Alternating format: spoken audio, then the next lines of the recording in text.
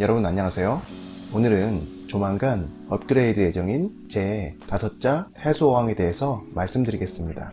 사실 최근 제 방이 새로 세팅할 어항 준비로 인하여 굉장히 지저분합니다. 잠깐 보여드릴게요. 오늘은 두 가지를 말씀드릴게요.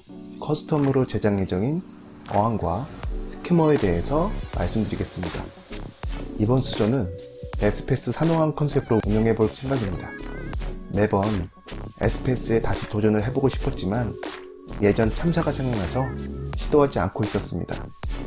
완전 초보 시절에 6개월 정도 에스페스를 해봤는데요. 저의 무지함 때문에 한 번의 연공으로 보낸 기억이 납니다. 에스페스 산호는 굉장히 예민하기에 처음에는 많은 애정과 관심이 필요합니다.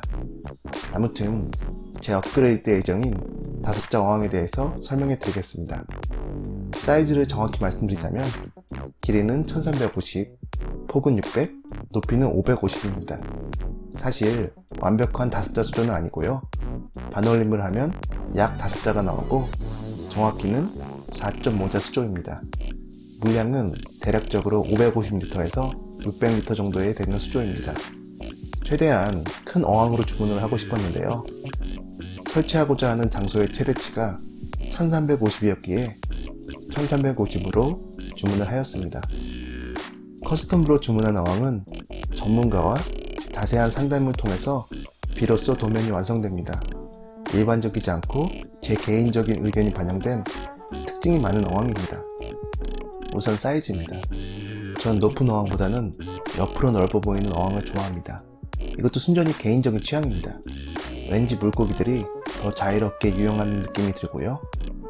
그리고 여기서 어항의 높이가 더 올라간다면 어항에 손을 넣기가 많이 불편할 것 같기에 높이는 550으로 결정하였습니다.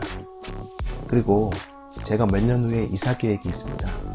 지금은 전면 어항으로 사용 예정이지만 나중에 이사를 가서 혹시 3면으로 사용할 가능성도 있기에 전면과 3면 수조를 고려하여 설계가 되었습니다. 한 면을 제외하고 7개의 좌석 도어를 적용하였고 3면 수조로 활용해도 어색함이 없도록 설계되었습니다. 특징적인 부분은 오버플로우입니다. 이번에는 오버플로우가 밖으로 나오지 않는 측면 내부 오버플로우를 적용하였습니다. 붙박의 작은 사이즈 오버플로우를 적용하여 외부 공간 확보가 유리하고 내부도 크게 공간을 차지하지 않는 깔끔함이 묻어나는 장점이 있습니다. 특이한 점은 백스크린입니다. 백스크린을 안 붙이는 것을 선호하시는 분들도 많이 있습니다.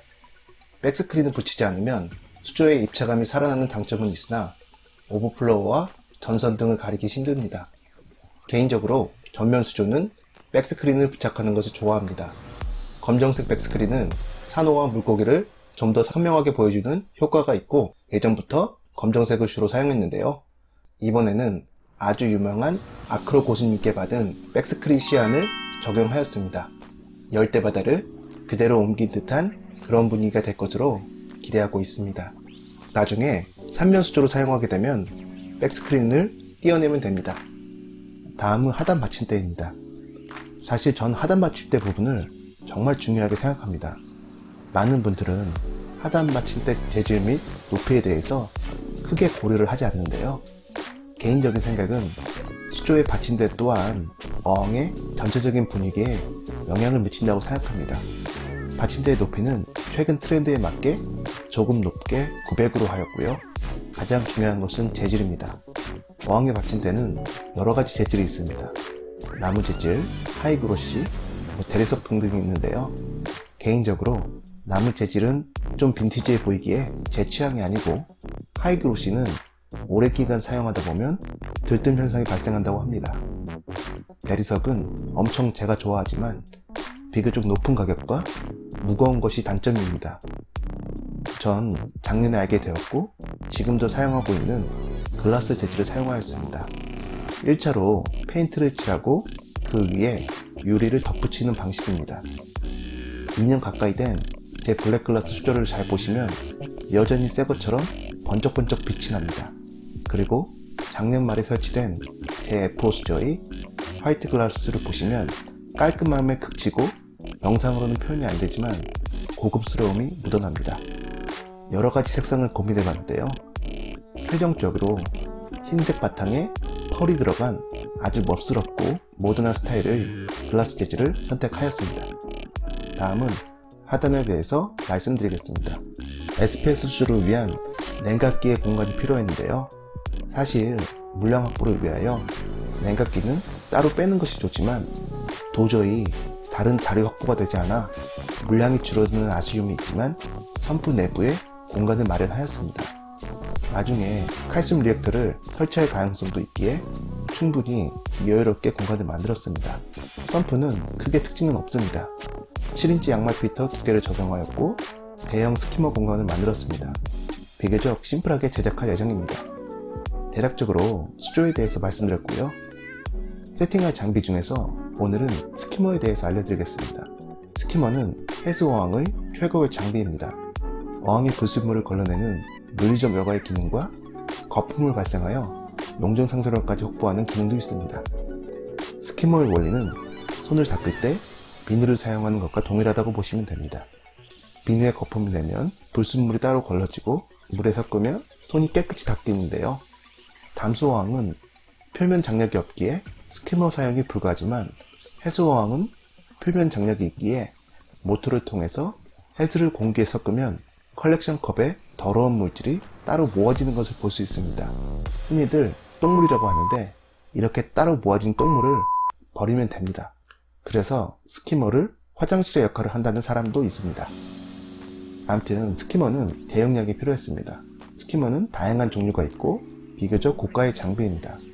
스키머도 경제적인 여유가 된다면 거품을 아주 크리미하게 뿜는 버블킹 같은 고가의 스키머가 좋습니다. 제가 최근 F5 수조에 적용한 맥스펙트 듀오 스키머를 한번 보겠습니다. 컬렉션 컵에 물이 오버되지 않도록 하는 그러한 기능도 있고요. 디자인도 멋지고 사이즈는 작지만 2300리터까지 커버되는 대용량 스키머입니다. 거품도 크리미하게 아주 잘 뽑아주고 있습니다. 가격은 결코 저렴하지 않으며 중가 수준의 스키머입니다. 전 이번 수조에는 가성비가 좋은 버블메거스 A9 스키머를 선택하였습니다. 사실 현재까지 나온 스키머 중에서 버블메거스를 대체할 가성비 좋은 스키머는 결코 없다고 생각합니다. 보통 동급의 스키머를 보시면 버블메거스의 2배 또는 3, 4배 이상의 가격입니다. 2년 동안 사용해봤지만 큰 문제가 없었고 일 잘하는 가성비 좋은 스키머가 분명합니다. 심플하게 꼭 필요한 기능만 있고요. 장고장 한번 없었던 것 같습니다. 직구를 하면 좀 더 저렴한 가격으로 구매가 가능합니다. 그러나 직구한 제품이 고장나면 AS가 힘들기에 추후에 문제가 될 수도 있습니다. 마음 편히 사용하려면 국내에 정식으로 수입된 제품을 구매하는 것이 좋습니다. 그러나 전 가격이 좋은 게 좋기에 직구를 하였습니다. 요즘 직구 시스템도 좋아졌기에 일주일 정도면 받아볼 수 있습니다. 보조용 스키머로 버블메거스 A5도 같이 샀는데요. 역시나 가격이 좋습니다. 보통 2자 이하의 수조에 사용하는 A5와 A9을 비교해봤습니다.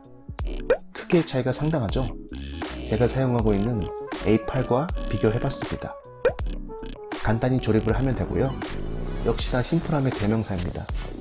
전 버블메거스에 동봉된 이 스티커를 보면 기분이 참 좋습니다. 이상 오늘의 준비된 영상을 마치겠고요. 다음 편은 이번에 세팅할 어항의 조명, 수리모터, 리터모터 등 기타 장비에 대해서 말씀드리겠습니다. 감사합니다. 그럼 다음에 더 유익한 영상으로 찾아뵙겠습니다.